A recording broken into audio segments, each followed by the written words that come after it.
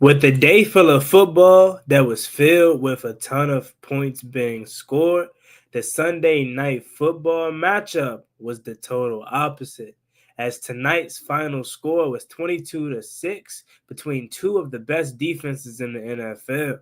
What's up, y'all? It's your man Juan Gotti. Welcome into the final whistle, as tonight's matchup was very, very important for the status of two young second-year quarterbacks in Michael Penix and J.J. McCarthy of the Minnesota Vikings, as these two guys were put on a big, big stage, and we wanted to see who, in fact, was going to prevail.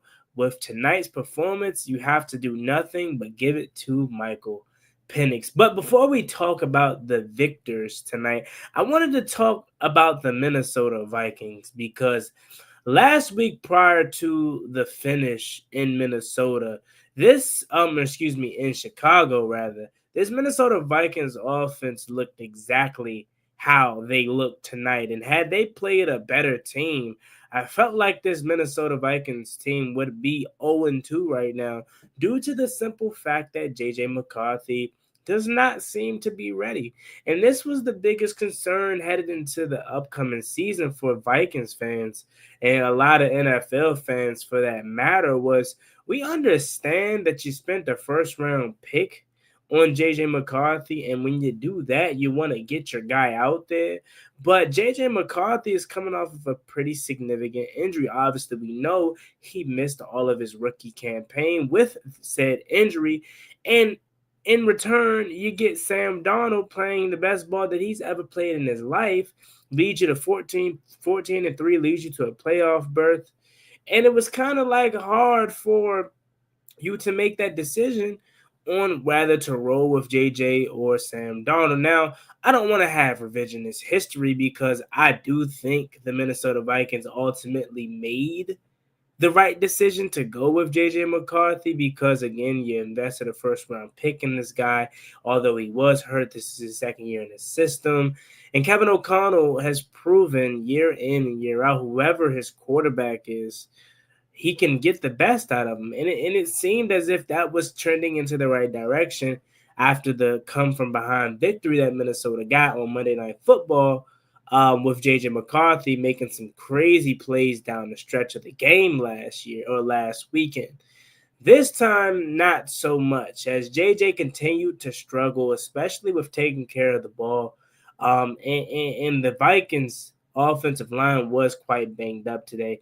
But you do want to give credit to the Falcons' defenses, and we'll get a little bit to them a little bit later, as they were the winners of tonight's game. But again, for me, it's hard to really judge JJ McCarthy through 2 weeks, and I know no quarterback change is going to come, and I know they're fully behind him. But when you watch him play, you can't help but notice that he may not be ready. He may not be ready, and it's not from the fact of can he lead a team? Is he mentally strong? Is he able to withstand adversity? I think he has all that. He has the mental toughness. He showed you that. But what I don't think he has at this moment is he doesn't, as Chris Collinsworth alluded to, doesn't quite have the offense down pat. Can't quite make every throw that you want to see. Doesn't really trust himself, it doesn't seem, at times, especially when it comes to the anticipation of certain throws. But a lot of his things that he seems to struggle with seems to come from lack of experience.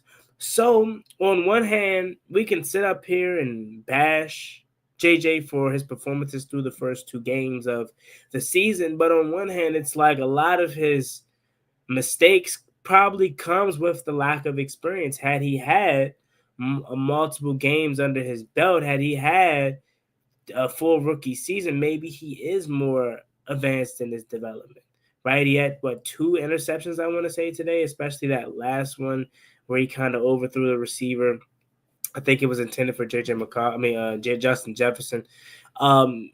He just did not look good tonight, right? He did not look good tonight, but overall, offensively, they really didn't look good. Outside of the run game, I did think that Jordan Mason and Aaron Jones, did have some great runs, but offensively it just looked out of sync. And I'm going to be patient with this Vikings offense because I do trust Kevin O'Connell to help figure things out. And sometimes you just got to give credit to the defense as well of the Atlanta Falcons, and that's where we'll go, as we'll then double back to the Vikings defense as well, because they both defenses play damn good.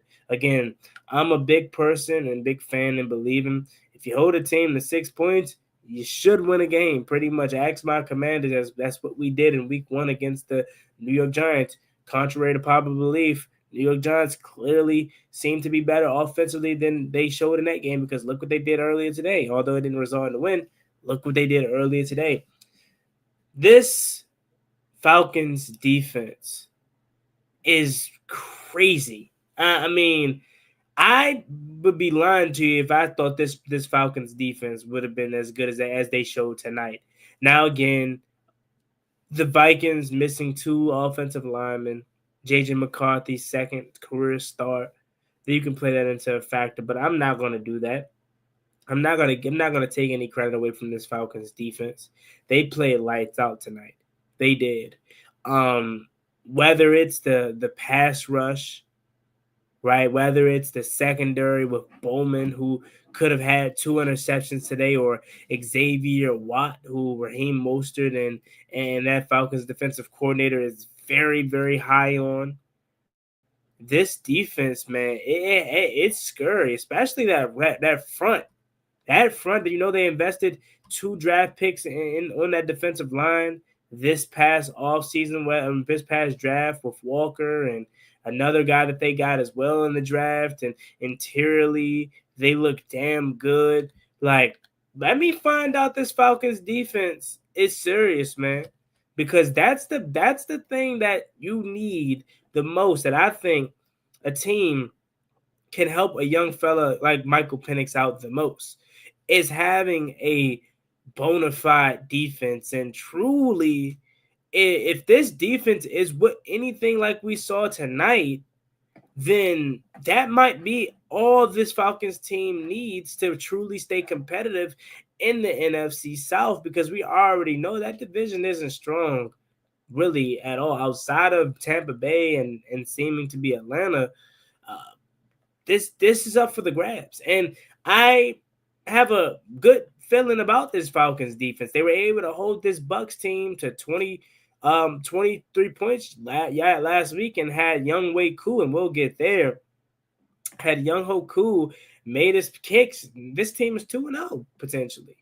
And this defense only gives up 20 to 23 points in Week 1 to a Bucks offense that a lot of people, including myself, think they have the best receiving core as a whole in the NFL. Then you come back and next week, after an emotional victory for the Vikings, their home opener, you hold them to 6 points. Then you got a good favorable matchup against the Panthers next week. This Falcons team can get some quality wins under their belt. And as a Commanders fan, I'm scratching my head. I already said I was nervous about this game going into it, because I felt like we were due for a loss, given the fact that we always find a way to beat the Falcons. But this year, things could potentially be different, as again, offensively, they still have some things to work out, especially with turnovers like Drake London. Normally just reliable, and still is, but he did have a key fumble. Great play. Was that Jonathan Gennard, or I think it was the backup linebacker that came in? Can't remember his name off the top of my head, but forced a great fumble. So can't really fault Drake London for it. Just a better play by the defender, punching it out. And that's something I wish my defense did, but we're allergic to turnovers. But looking at this Falcons team, man, I think they're talented enough to be a playoff team.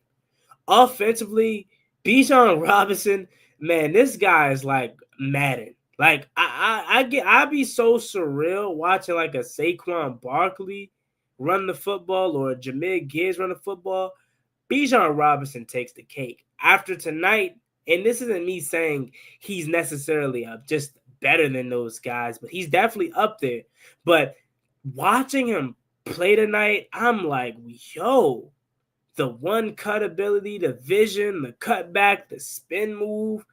how shifty he is. He can finish through contact. He has some damn good hands out of the backfield, so he's able to be a threat in the pass catching game as well. Like, he has it all. He's the complete back. And then you mix in some Tyler Algier, who then gave you 16 for 76. Is it safe to say that they may have the best 1-2 punch in the NFL, or at least competing with Detroit for the best 1-2 punch in the NFL? Maybe Baltimore's up there as well. But, man, Bijan Robinson was a problem tonight, man. He was a problem tonight. He was borderline unstoppable. 22 carries for 143 yards, averaged 6.5 yards a carry. Then you had Tyler Algier, who had some great runs, especially late, and had the touchdown to extend the lead out to borderline untouchable. 16 for 76 and averaged about 4.8 yards a carry as well. And I think they have enough, especially with this defense and with Michael Penix. This was only his 5th start tonight. This is only J.J. McCarthy's 2nd start tonight. So not by any means did we expect to see anything flawless, but Michael Penix, he made every right play. Was it flashy? No, it wasn't. Let's just call it what it is. It wasn't flashy, but he made every right play. He didn't put the ball in harm's way. He was 13 for 21, 135. And Chris Collinsworth was on this man's line tonight, borderline glazing, as we would say, with how quick he was getting the ball out of his hands. And again, when you have a team around a young quarterback that's ready to win, and I'm not sure if this Falcons team is ready to win anything significant this year, but it has to be a comfortable feeling knowing that you have a dominant run game. You have weapons around him with Drake May, and if you can find a way to finally unlock Kyle Pitts, who back in 2020, 2021, I want to say, or 2020, he was the 4th overall pick out of Florida and was supposed to be this elite threat. Has not quite reached that, but has shown flashes and potential at times. If they can finally unlock him, then maybe that's that second option alongside the receiving core that Drake London can need, because I like what we got out of Darnell Mooney as well. He seems to show up in big moments. Maybe they're one piece away because they got Ray McCloud, but is that someone you truly can consistently count on week in and week out? Maybe they're one piece away from having a legit, bona fide offense. But I like what I see from that offense, especially if they're able to run the ball how they did tonight. That bodes well for this Falcons team. Then again, defensively, man, they were everywhere. This defensive unit is damn good through the first 2 weeks of the season, especially tonight, giving J.J. McCarthy hell. Run defense was stellar tonight. And I think the guy that I was most impressive with tonight was number 0, Devon Diablo. This guy was everywhere. He's so fast.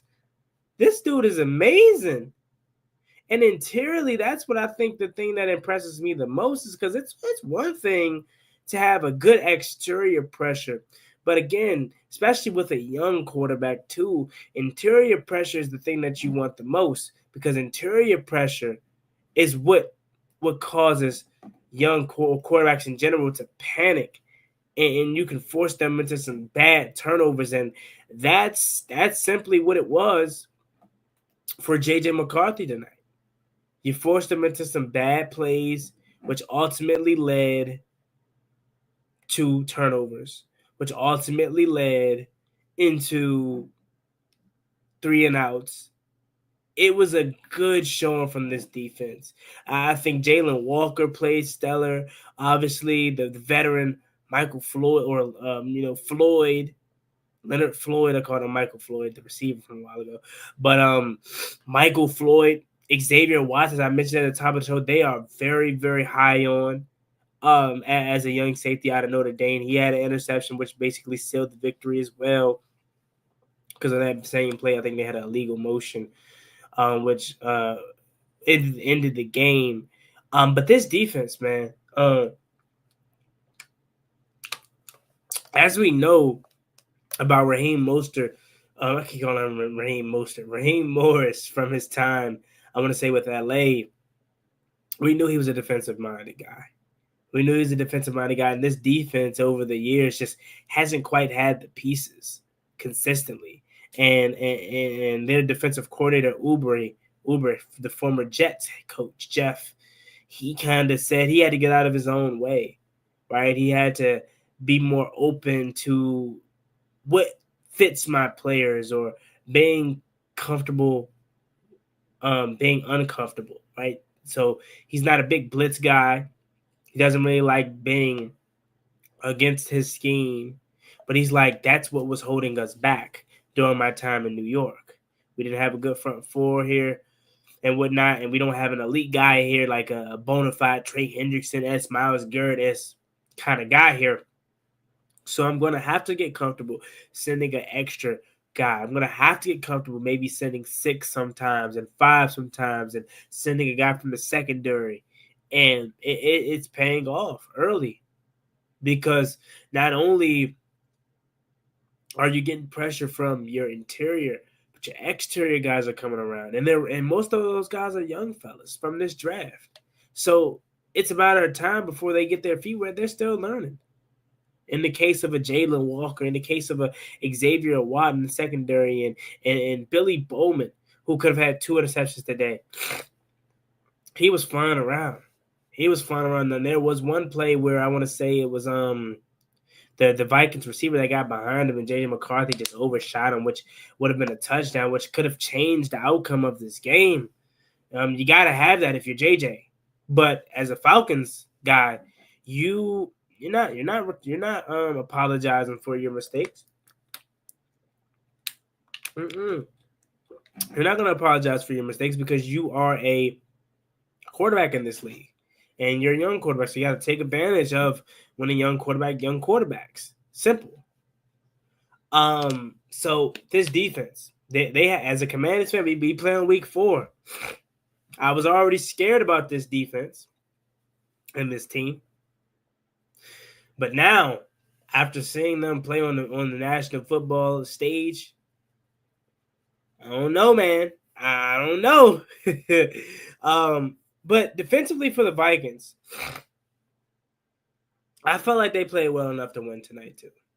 Man, Jonathan Gennard's a beast. He is a beast, man.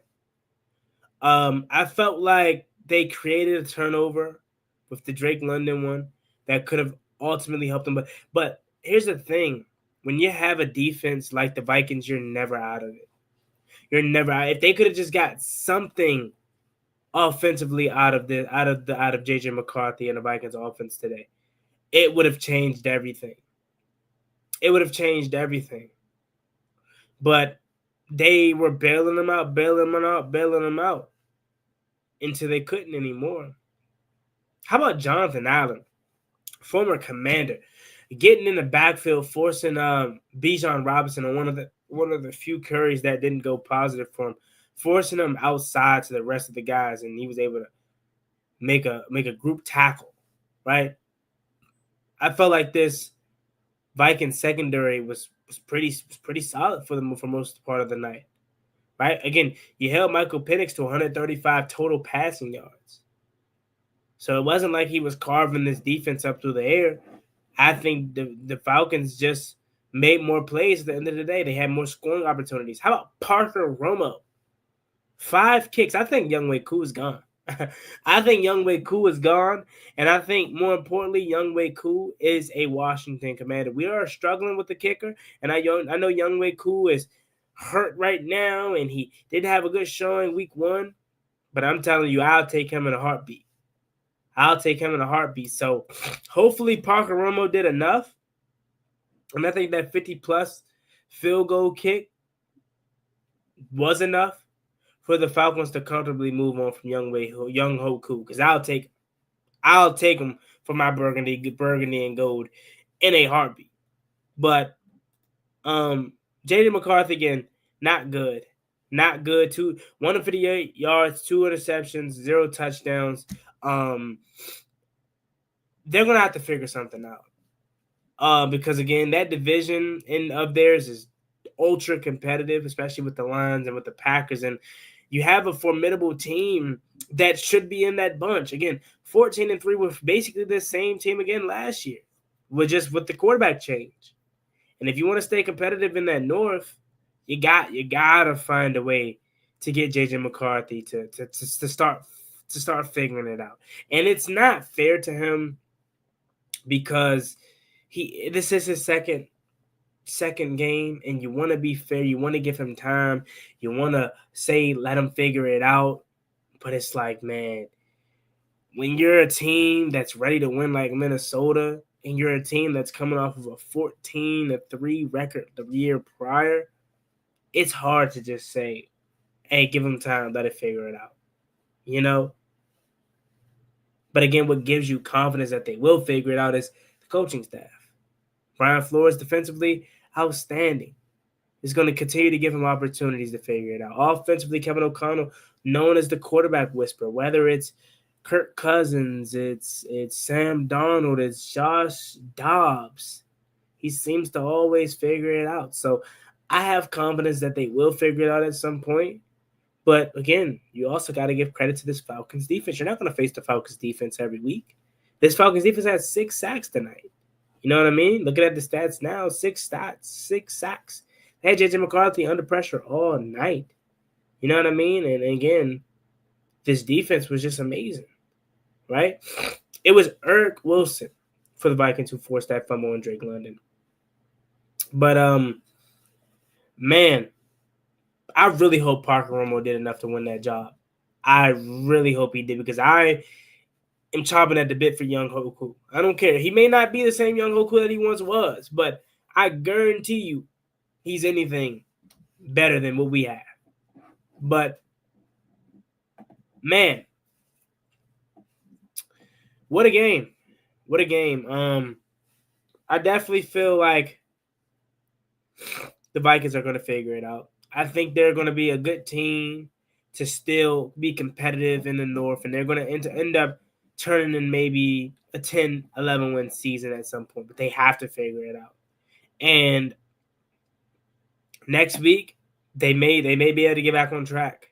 That defense, not seeing Joe Burrow. More likely than not, Joe Burrow is going to be out with a turf toe injury, so they'll be able to potentially bounce back, and their defense may be able to feast on Jake Browning and lead this team to a victory defensively.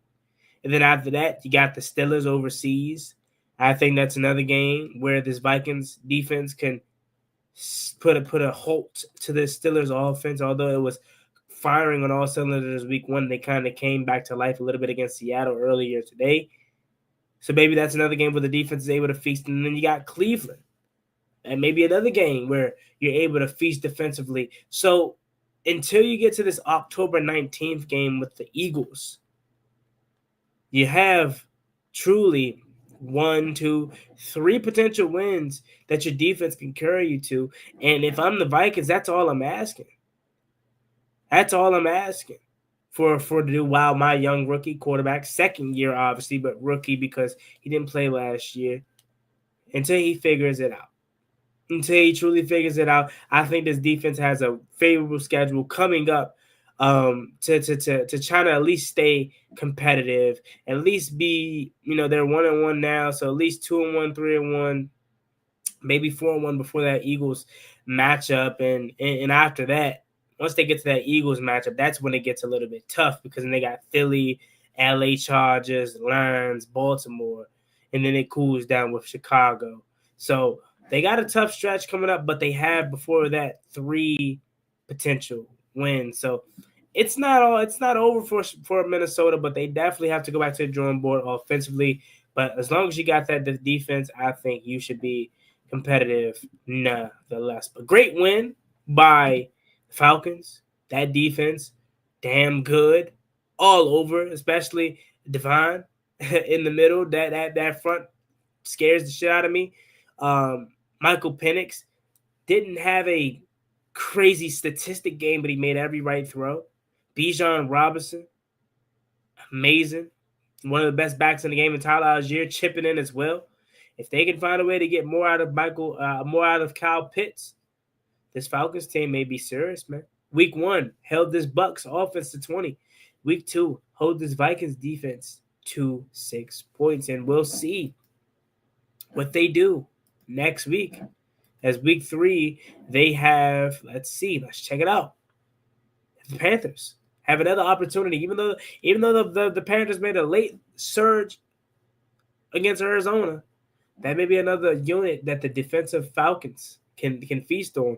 And next thing you know, they're 2-1 with a home game against a Commanders offense that could be limping in there, literally, with a potential banged up quarterback and whatnot. But that's going to do it for tonight's episode of The Final Whistle. We'll be back live tonight with a doubleheader tomorrow. Let me know if you guys are truly enjoying the new series and whatnot. It's been The Final Whistle with your man, Juan Gotti. Make sure you like, comment, subscribe, and let me know how y'all are thinking about this in the comment section. Let's read the comments here, and then we'll get up out of here. Christopher Hill. Thank you for the comment, Christopher Hill. He says, JJ better start sooner in the game, or else he's going to be Vikings version of Tim Tebow. Now, here's the thing, right? Like I said, on one hand, you want to be patient with J.J. McCarthy because it is his second start, but at the same time, it's hard to say that if you're a Vikings fan. It's hard to digest that if you're a Vikings fan. It's hard to say to a Vikings team that's truly ready to win. They are. They had the talent defensively. Offensively, you have the weapons. Obviously, Justin Jefferson, T.J. Hawkinson. You're able to run the ball effectively with Aaron Jones and Jordan Mason. You're getting Jordan Addison back here at some point, right? So it's not like you're lacking talent. It's simply the quarterback position that's somewhat holding you handicapped. So I can see that on one point, but I definitely think he'll be better than a Tim Tebow. I think he'll figure it out at some point. He has too much support, to not be put in the right position to win. Even if he's handicapped as talent, maybe he's not the most talented person. Maybe he is Brock Purdy, who I think he can be. But they'll figure it out. That team is too culturally good for him to struggle consistently. LC says he never started. He's just not good right now. 7 out of 8 quarterbacks have been for him. Been bad for him. Good comment. But let me know what you guys think about this in the comment section down below. It's been The Final Whistle with your man Juan Gotti. Falcons 22, Vikings 6. Let me know if you guys want to see me continue this series and whatnot. And hopefully you're enjoying it. But I'll catch you all tomorrow night at the conclusion of Chargers and Raiders. Peace.